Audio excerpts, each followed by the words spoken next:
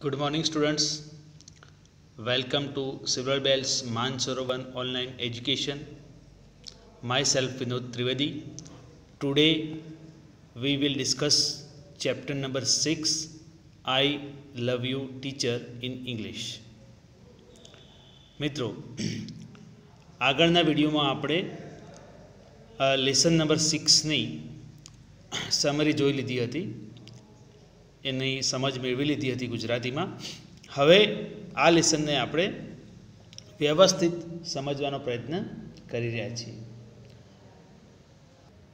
મિત્રો, લેસન જોતા પહેલાં આપણે તેની એક પ્રી ટાસ્કમાં પોયમ આપી છે, તે પોયમ સમજીએ.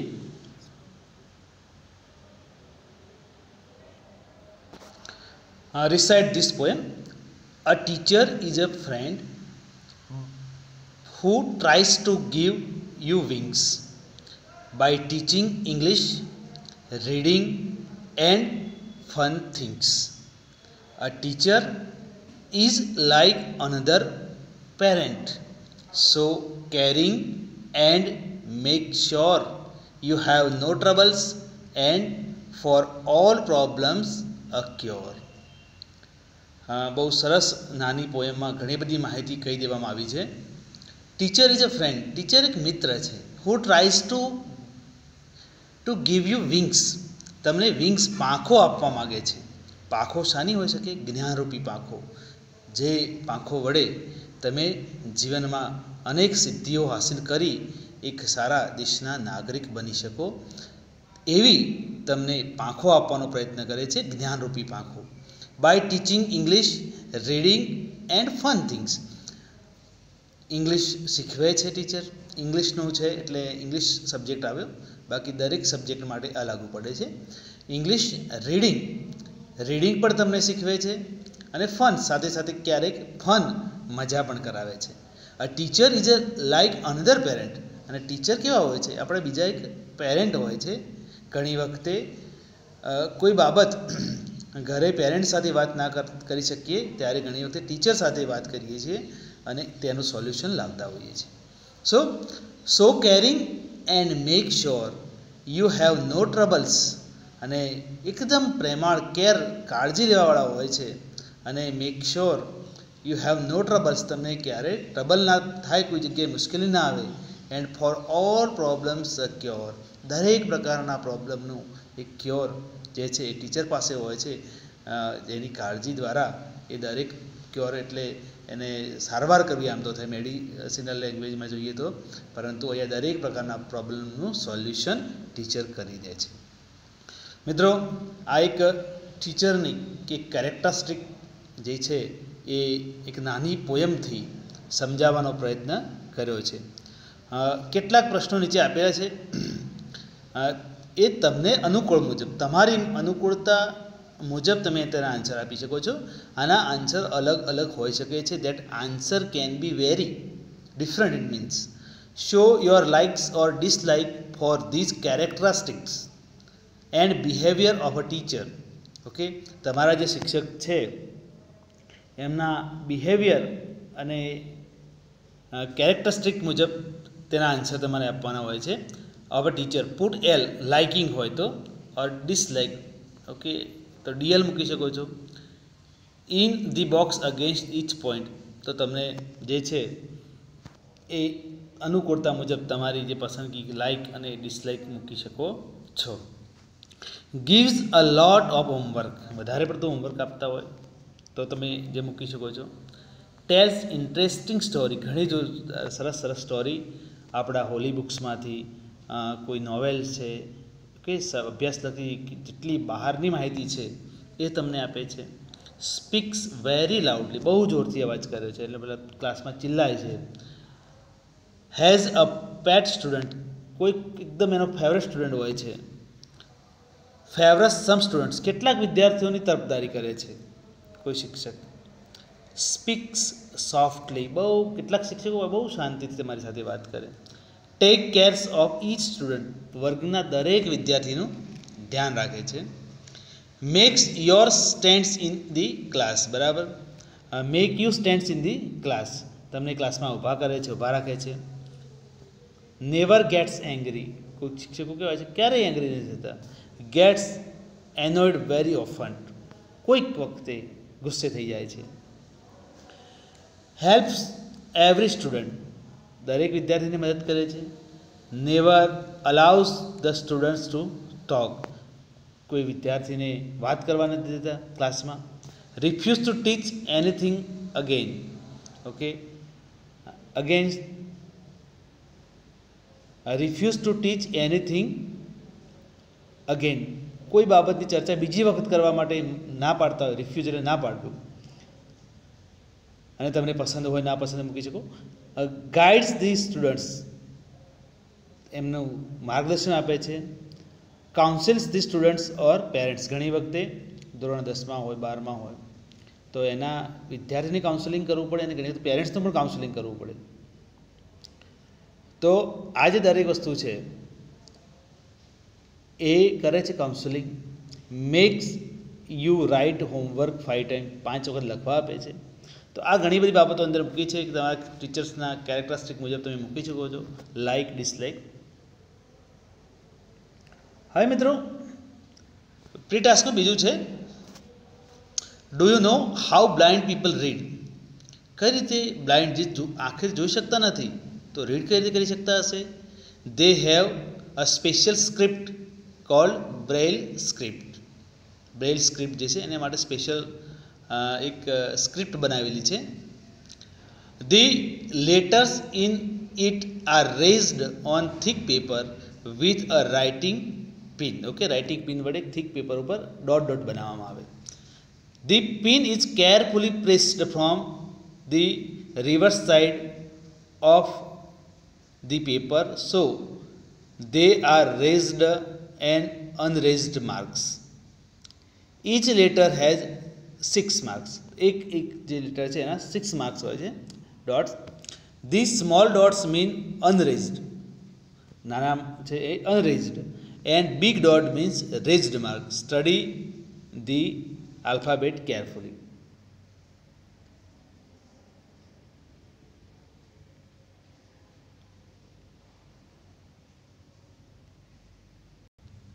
હા મિત્રો હવે જોઈએ. Each letter has 6 marks. The circles mean unraised marks and the dots mean raised marks. Study the alphabet carefully. તો મિત્રો રેઝડ અનરેઝડ બે ખાસ સમજવા જેવું છે. તો જોઈએ તો શું છે એમાં, દરેકમાં 6 જે છે સર્કલ આમ બનાવેલા છે. એમાં કેટલાકમાં જે આપણે એમસીક્યુમાં જે રીતે ફિલઅપ કરીએ છીએ એ રીતે સર્કલને ફિલઅપ કરેલું છે. તો સપોઝ 6 આપેલા હોય એમાં એક રેઝડ હોય, બરાબર, ડોટ ફિલઅપ કરેલો હોય, એ ઉપસી આવે, તમે ફિંગરથી ટચ કરો તો ખ્યાલ આવી જાય, તો એનો મતલબ એ થાય છે. 2 હોય તો બી, ઉપરના 2 હોય તો સી, પછી એ મુજબ ડી. તો તમે જોઈ શકો છો બાકી છે ઝેડ સુધીના આલ્ફાબેટ્સ આપેલા છે. બહુ ઇન્ટરેસ્ટિંગ વસ્તુ છે. તમે આમાંથી નામ પણ બનાવી શકો છો. જે અંધ લોકો છે એ આ સ્ક્રિપ્ટનો ઉપયોગ કરતા હોય છે, બ્રેઇલ સ્ક્રિપ્ટ, અને સમજવાનો પ્રયત્ન કરતા હોય છે. હા, તો આમાં આપેલું છે, now using small and big dots write this sentences. Okay, I love you my teacher. Okay, તો જે આ લેસનમાં જે ખાસ હેલન કેલર જે ભણી છે અને શરૂઆતનો જે કરી છે એ બ્રેઇલ લિપિથી કરી છે. તો તમે પણ કેટલાક સેન્ટેન્સ બનાવી શકો છો. એમાં લખ્યું છે આઈ લવ યુ માય ટીચર. તો આઈ માટે કઈ રીતનું છે એમાંથી જોઈ લેવાનું કે જે પ્રમાણે આઈ છે તો જે ડોટ છે એ મુજબ તમે કરી શકો છો. તો સેન્ટેન્સ તમે બનાવવાનો એક પ્રયત્ન કરજો. એક વન કાઇન્ડ ઓફ એક્ટિવિટી છે, પ્રી ટાસ્કનો એક ભાગ છે. હવે મિત્રો ખાસ લેસન ઉપર આવીએ, એની જે મુદ્દાસર સમજૂતી લઈએ. I love you teacher. Helen Keller became deaf and blind when she was very young. Since she was deaf, she did not learn to speak. હવે Helen Keller became deaf and blind when she was very young, બહુ નાની ઉંમરમાં. એ blind એટલે અંધ હતા અને deaf હતા, બરાબર છે. સિન્સ સી વોઝ ડેફ, સાંભળી નથી શકતા, she did not learn to speak. હવે સીધી વસ્તુ છે, કાનમાં કોઈ અવાજ ના જાય તો એને આપણે રિપીટ નથી કરી શકતા. નાનો બાળક છે એ અવાજ સાંભળીને બોલતા શીખે છે, બરાબર છે.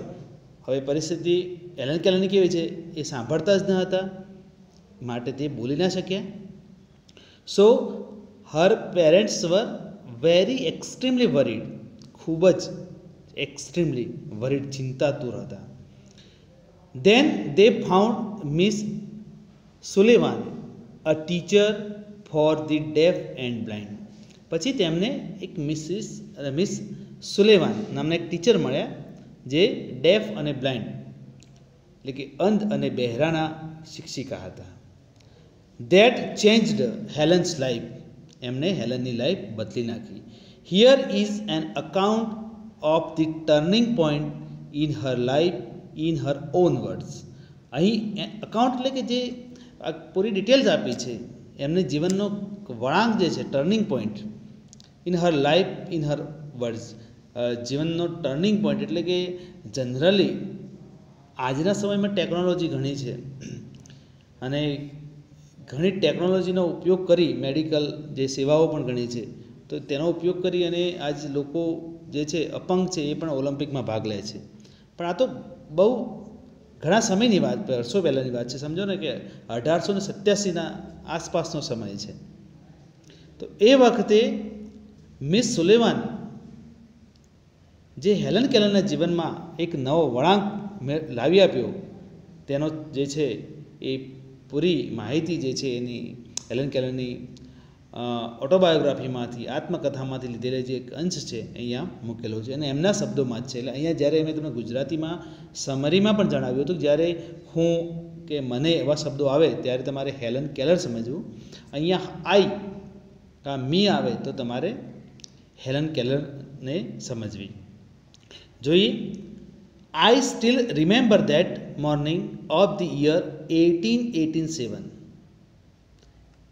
I still remember that morning of the year 1887. I was just 7 years of age then. એ વખતે હેલન કેલરની ઉંમર માત્ર 7 વર્ષની હતી. My teacher and Sullivan came to our house that day.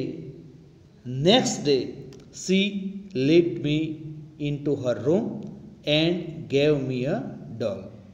તો હેલન કેલર કહે છે કે મને યાદ છે બરાબર કે 1887ની જે સાલ છે એ વખતે હેલન કેલરની ઉંમર 7 વર્ષની હતી અને તે દિવસે એન સુલેવાન જે ટીચર હતા એ હેલન કેલરના ઘરે ગયા હતા, બરાબર છે, અને તેને પોતાના પાસે ભણવા લઈ ગયા. નેક્સ્ટ ડે, બીજા દિવસે, C lead me in to her room, એના રૂમમાં લઈ ગયા. એન્ડ ગેવ મી અ ડોલ, એક ઢીંગલી આપી. હવે નાના બાળકને આકર્ષવા માટે જો કે કંઈકનું કંઈક સ્કૂલમાં જાય ત્યારે આપતા હોય છે, ચોકલેટ આપતા હોય છે, રમકડા આપતા હોય છે. તો આ એક પ્રવૃત્તિ થઈ, પરંતુ ઇન્ટેન્શન જે મિસ સુલેવાનનો હતો, એન સુલેવાનનો, એ કંઈક અલગ હતો. જોઈએ. I played with it for a while, then Miss Sullivan made some finger movements on my palm. Palm એટલે હથેળી. તો હું ઘણીવાર રમી થોડી વાર સુધી એ ઢીંગલી સાથે. પછી મિસ સુલેવાને કંઈક હાથ વડે મારા હાથમાં, ફિંગર એમની આંગળી વડે મારા હાથમાં કંઈક લખવાનો પ્રયત્ન કરતા હોય અથવા મૂવમેન્ટ કરતા હતા એવું મને લાગ્યું. It was an exciting experience. એ ખૂબ એક્સાઇટેડ થઈ શકે, ઉત્તેજિત એક્સપિરિયન્સ, અનુભવ હતો મારા માટે. I got interested in that play and started imitating that movement she made with her finger. તો મને આનંદ આવવા માંડ્યો, રસ લાગવા માંડ્યો. કોઈ પણ બાળકને તમે એકદમ નાનું હોય રમાડવાનું કોઈ પણ રીતે નવી પ્રવૃત્તિ એના પાસે હોય તો એ બહુ એક્સાઇટેડ થઈ અને એના સાથે જોડાય છે. When I finally succeeded in doing that correctly, I was thrilled. I didn't know that I was spelling that I was spelling doll, otherwise I was writing spelling doll. તો હેલન કેલરને ખ્યાલ નહોતો કે મિસ સુલેવાન જે છે એ ડોલનો spelling એમના હાથમાં રાખી રહ્યા હતા, પણ એ એમનું રિપીટ કર્યું એમ ધીમે ધીમે ધીમે, અને મજા પણ આવી. એમને એ વખતે કોઈ ખબર હતી નહીં કે આ હું એક ડોલનો સ્પેલિંગ તૈયાર કરી રહી છું. તો બાળકને એના લેવલ સુધી પહોંચીને ભણાવવું એ ખૂબ શિક્ષક માટે મુશ્કેલ હોય છે, અને આટલા મુશ્કેલ કામને મિસ સુલેવાન એક રમતની માફક કરી બતાવ્યું છે. એક શિક્ષકો માટે પણ આ વસ્તુ પ્રેરણાદાયક છે. Some days later, we were walking in our garden. Suddenly, my teacher put my hand under the water tap. કેટલાક દિવસ પછી we were walking in our garden. જો ટેન્સ જોવો તો સમજો, અહીંયા આપણે થોડું ગ્રામર પણ સાથે લઈશું. we were walking, અમે ચાલી રહ્યા હતા, બરાબર છે. Subject we were to be form અને wing વોકિંગ એટલે પાસ્ટ કન્ટિન્યુઅસ ટેન્સ થાય, ચાલુ ભૂતકાળ થાય. આપણે ચાલુ ભૂતકાળ ભણ્યા છીએ. we were talking in our garden. Suddenly my teacher put my hand under the water tap. જે પાણીનો નળ છે ત્યાં મારી ટીચર મારો હાથ રાખ્યો. As the cool flow of water run over my hand, she spelled WATER on my other palm. Okay, બીજા હાથમાં, એક હાથમાં જે છે એક હાથને પાણીની નીચે રાખ્યો છે, જે વોટર ટેપ આવે છે નળ પાણીનો નીચે રાખ્યો છે, અને બીજા હાથમાં મિસ સુલેવાન છે એ હેલન કેલરના હાથમાં લખી રહી છે વોટરનો સ્પેલિંગ લખી રહી છે. We played this game every day, touching different objects. It awakened my soul. સોલ એટલે આત્મા. તો પછી અમારે તો રોજની રમત થઈ ગઈ. અમે દરેક ઓબ્જેક્ટને ટચ કરતા, બરાબર, એક હાથે ટચ કરતા હેલન કેલર, અને બીજા હાથમાં જે છે મિસ સુલેવાન એમના હાથમાં લખતા. I came to know that everything had name. અને ખબર પડી કે આ તો દરેક વસ્તુને નામ હોય છે, નાઉન છે. આપણે નાઉન ભણ્યા, okay, name indicating word, noun દરેક જે પદાર્થ છે એના નામ છે. તો હેલન કેલરને પહેલાં ખ્યાલ જ ન હતો. આને પાણી કહેવાય, અને ડોલ કહેવાય. તો જેમ જેમ બાબતને સ્પર્શ કરતા ગયા તેમ તેમ તેમને એ પદાર્થ, એ ઓબ્જેક્ટનું જ્ઞાન થતું ગયું અને તેનું નામ આવડતું ગયું. I came to know that everything had name. અને અહીંયા હેલન કેલર એક ઇન્ડિકેશન કરે છે કે મને ખ્યાલ આવ્યો કે દરેક વસ્તુને નામ હોય છે. Now each name gave birth to a new thought. હવે દરેક એક વસ્તુ, પાણી, તો પાણીના વિશે કેટલું બધું વિચારી શકાય. એક શબ્દ છે એ દરેક ઘણી બધી બાબતોની જે છે. હું તમને એક્ઝામ્પલ સપોઝ આપું. પાણી તો વરસાદ, પાણી જે છે એકઠું થવાનું કારણ, કાં તો ગ્રાઉન્ડ વોટર જે છે એ આપણે ઉપયોગ કરીએ છીએ, ક્યાંથી આવે છે? તો એક શબ્દ જે છે એ અનેક પ્રશ્નો જે છે એ મનમાં ક્રિએટ કરે છે, અને અહીંયા એવું થયું. તો જોઈએ, I came to know that everything had name. Now each name gave birth to a new thought. Every object I touched seemed to throb with life. દરેક વસ્તુ મને જીવનમાં એક ઉત્તેજથી ભરી લેતા હતા. I was connected with the world through all the words. Okay, I was connected with the world through all the words. હવે આપણને ઘણી વખતે આમાં શું નવું હોય, પરંતુ અંધ વ્યક્તિ છે ને મિત્રો, એનું જીવન અંધકારમય જ હોય છે. એને કશું ખ્યાલ આવતો નથી. દુનિયા કેવી છે, એને માઉન્ટેન કેવું છે, ફોરેસ્ટ કેવું છે, નદી શું છે, નામ કદાચ સમજ પડી હોય, બાકી એનું ખરેખર સમજ એને એટલી હોતી નથી. અને જો એને શિક્ષિત થયું તો આ રીતે હેલન કેલરની માફક બધું જાણી શકે છે. એટલે માટે હેલન કેલર કહે છે કે મને શબ્દોથી હું વિશ્વ સાથે જોડાઈ, બાકી જો શબ્દો ના હોત, હું શીખી ના હોત, તો મને આટલું સરસ રંગીન દુનિયા છે એ મને ખ્યાલ આવી ન હોત. Miss સુલેવાન use to take me a long walks every morning. Miss સુલેવાન છે એમને લોંગ વોક, બરાબર, ચાલવા માટે એમને લઈ જતા. I had a lot of questions to ask. અને મને ઘણા બધા ક્વેશ્ચન હતા એને પૂછવા માટે. I would write something on her palm and in turn she would talk in to my palm as people talk into a baby's ear. હવે તો નવું જાણવાની ઉત્તેજના પણ હેલેન કેલરને થઈ કે જે પ્રશ્નોના મનમાં થતા હતા ધીમે ધીમે લખતા શીખ્યા હતા.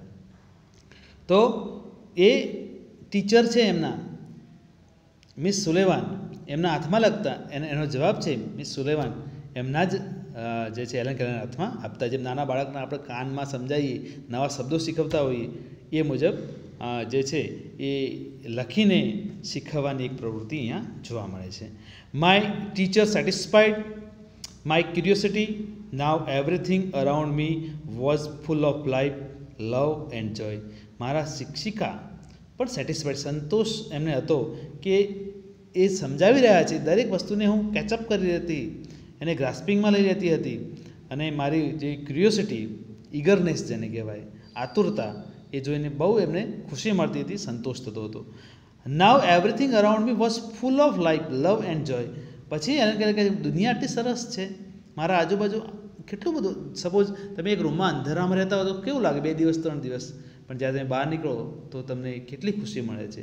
તો આ જે ખુશી છે એ હેલેન કેલરને જે મળી છે, અને ખરેખર એનો ઘણો બધો શ્રેય જે છે, મોટા ભાગનો શ્રેય એ એમના શિક્ષિકાને જાય છે. The second stage of learning was more difficult. હવે પહેલું જે સ્ટેજ આપણે જોયું એ હેલેન કેલર જે છે એના હાથમાં એના ટીચર લખતા હતા અને સમજાવવાનો પ્રયત્ન કર્યો. હવે બીજું સ્ટેજ આવ્યું છે, થોડું ડિફિકલ્ટ છે. The second stage of learning was difficult. It was also based on the sense of touch. Sense of touch, બરાબર, આપણા સેન્સ ઓર્ગન છે ને એ મુજબ sense of touch. Miss Sullivan would speak a word, એક શબ્દ બોલતા, વર્ડ, એન્ડ